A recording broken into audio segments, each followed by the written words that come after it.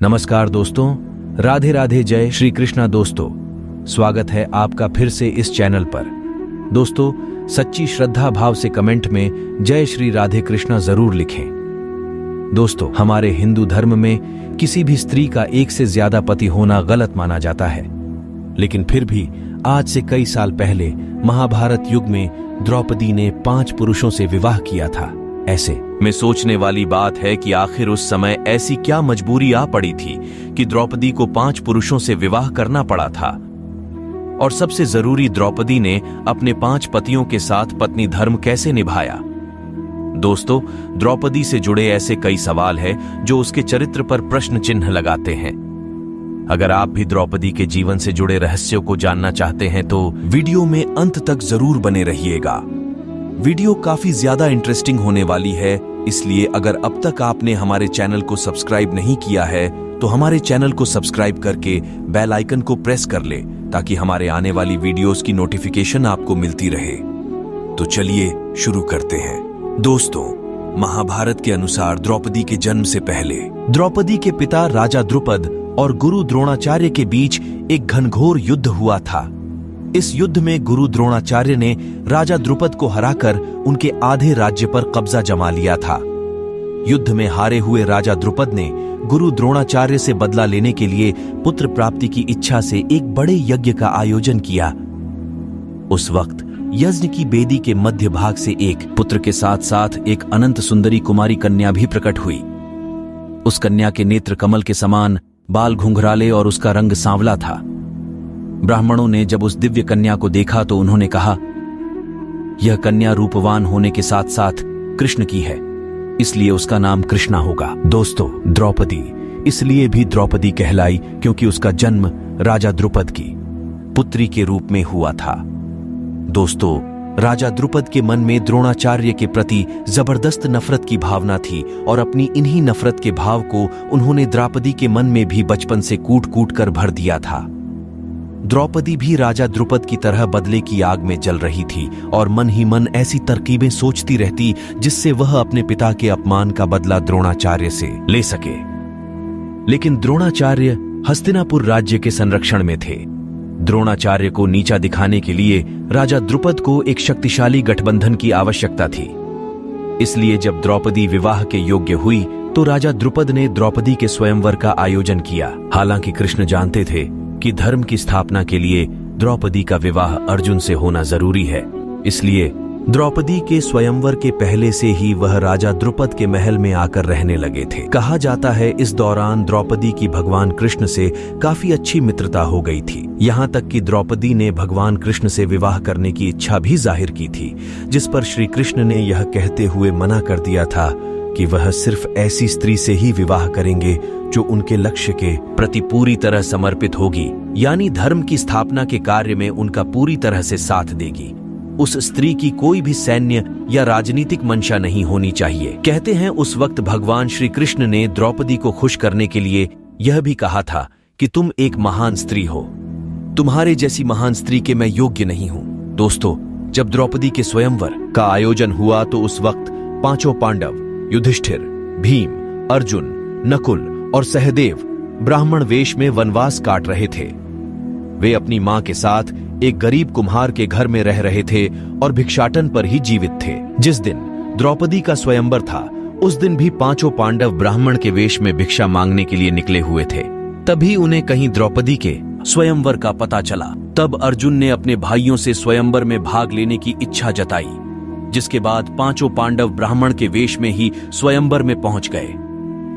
यहां स्वयंवर की शर्त के अनुसार जो भी धनुर्धर ऊपर घूमती हुई मछली की परछाई को नीचे पानी में देखकर उसकी आंख को भेद देगा, उसी के गले में माला डालकर द्रौपदी उससे विवाह करेगी। अर्जुन एक श्रेष्ठ धनुर्धर थे, इसीलिए उन्होंने मछली की आंख को भेद कर स्वयंवर की शर्त को जीत लिया और द्रौपदी को अपनी पत्नी बनाकर उसे अपने साथ अपने आश्रम ले आए।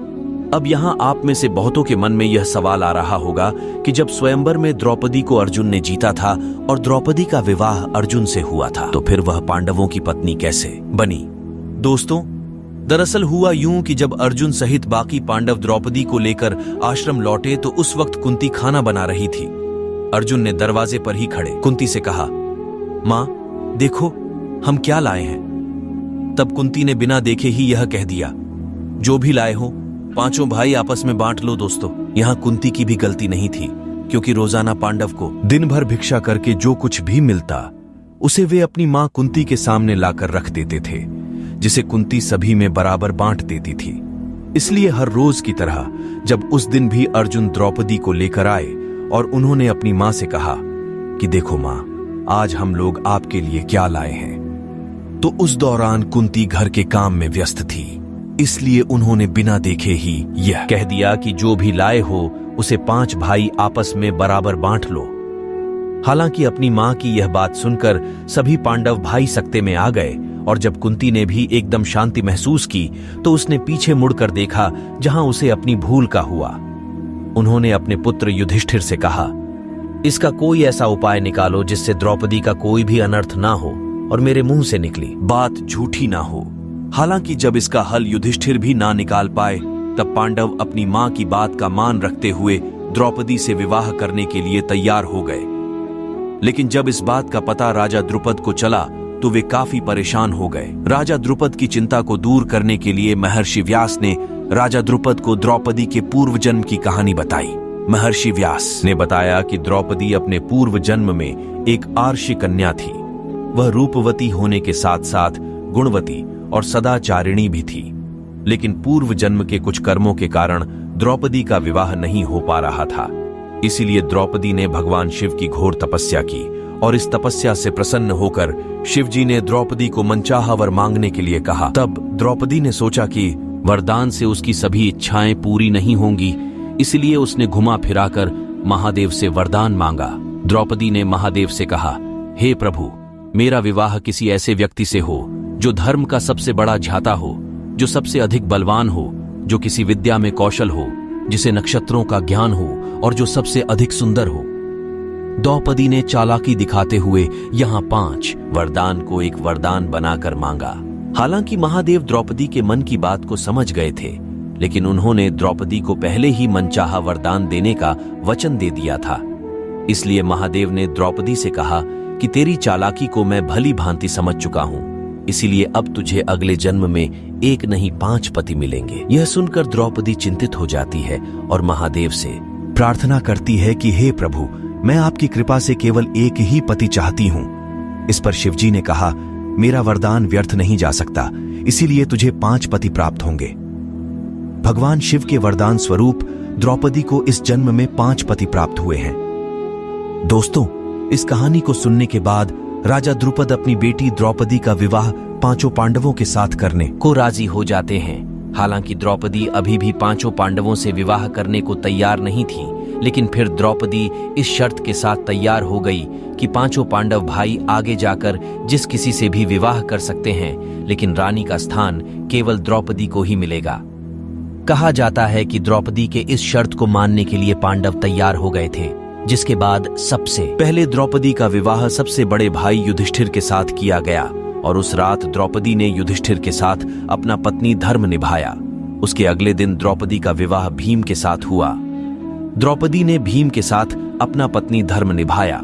इस तरह द्रौपदी की शादी बाकी भाइयों से भी की गई और सभी के साथ उसने अपना पत्नी धर्म निभाया। अब यहाँ सोचने वाली बात यह है कि जब द्रौपदी का विवाह सबसे पहले युधिष्ठिर से हुआ और द्रौपदी ने उसके साथ अपना पत्नी धर्म निभाया, तो फिर बाकी पांडव भाइयों के साथ द्रौपदी ने अपना पत्नी धर्म कैसे निभाया? तो दोस्तों, दरअसल द्रौपदी हर बार पत्नी धर्म निभाने में समर्थ थी, क्योंकि द्रौपदी को महर्षि वेदव्यास से आजीवन कौमार्य यानी कुंवारेपन का आशीर्वाद मिला था। इसलिए जब भी द्रौपदी पांडवों में से किसी एक भाई के साथ समय बिताने के बाद दूसरे भाई के पास जाती थी, तो द्रौपदी वापस से कुंवारी हो जाती थी।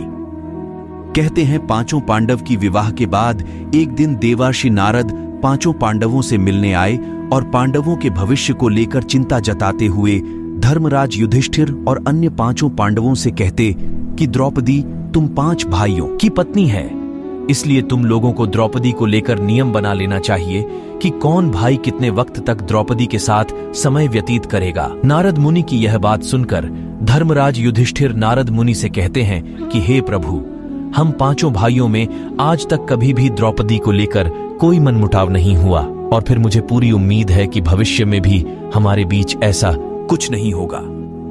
लेकिन हम आपकी बात नहीं टाल सकते, इसीलिए मैं द्रौपदी को लेकर आज ही नियम बनाऊंगा। महर्षि नारद के जाने के बाद धर्मराज युधिष्ठिर नियम बनाते हैं कि द्रौपदी हर साल पांडवों में से किसी एक के साथ ही समय व्यतीत करेंगी, यानी द्रौपदी 1 साल तक केवल एक पांडव की पत्नी बनकर रहेंगी।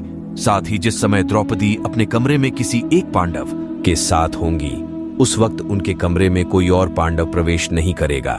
यदि कोई पांडव गलती से भी इस नियम को तोड़ता है तो उसे सजा के तौर पर 1 वर्ष के लिए वन में जाकर ब्रह्मचर्य का पालन करते हुए बिताना होगा। दोस्तों, कहा जाता है कि एक बार अर्जुन एक ब्राह्मण की मदद के लिए न चाहते हुए भी द्रौपदी के कमरे में प्रवेश कर जाते हैं। उस वक्त द्रौपदी अपने कमरे में धर्मराज युधिष्ठिर के साथ होती है। हालांकि अर्जुन धर्मराज युधिष्ठिर का नियम धर्म का पालन करने के लिए तोड़ा था, लेकिन फिर भी अर्जुन युधिष्ठिर की बात का मान रखते हुए वनवास चले जाते हैं।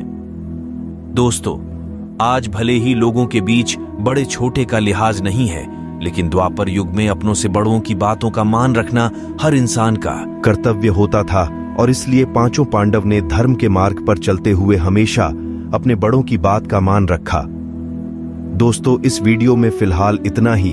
उम्मीद है आपको आज की वीडियो पसंद आई होगी।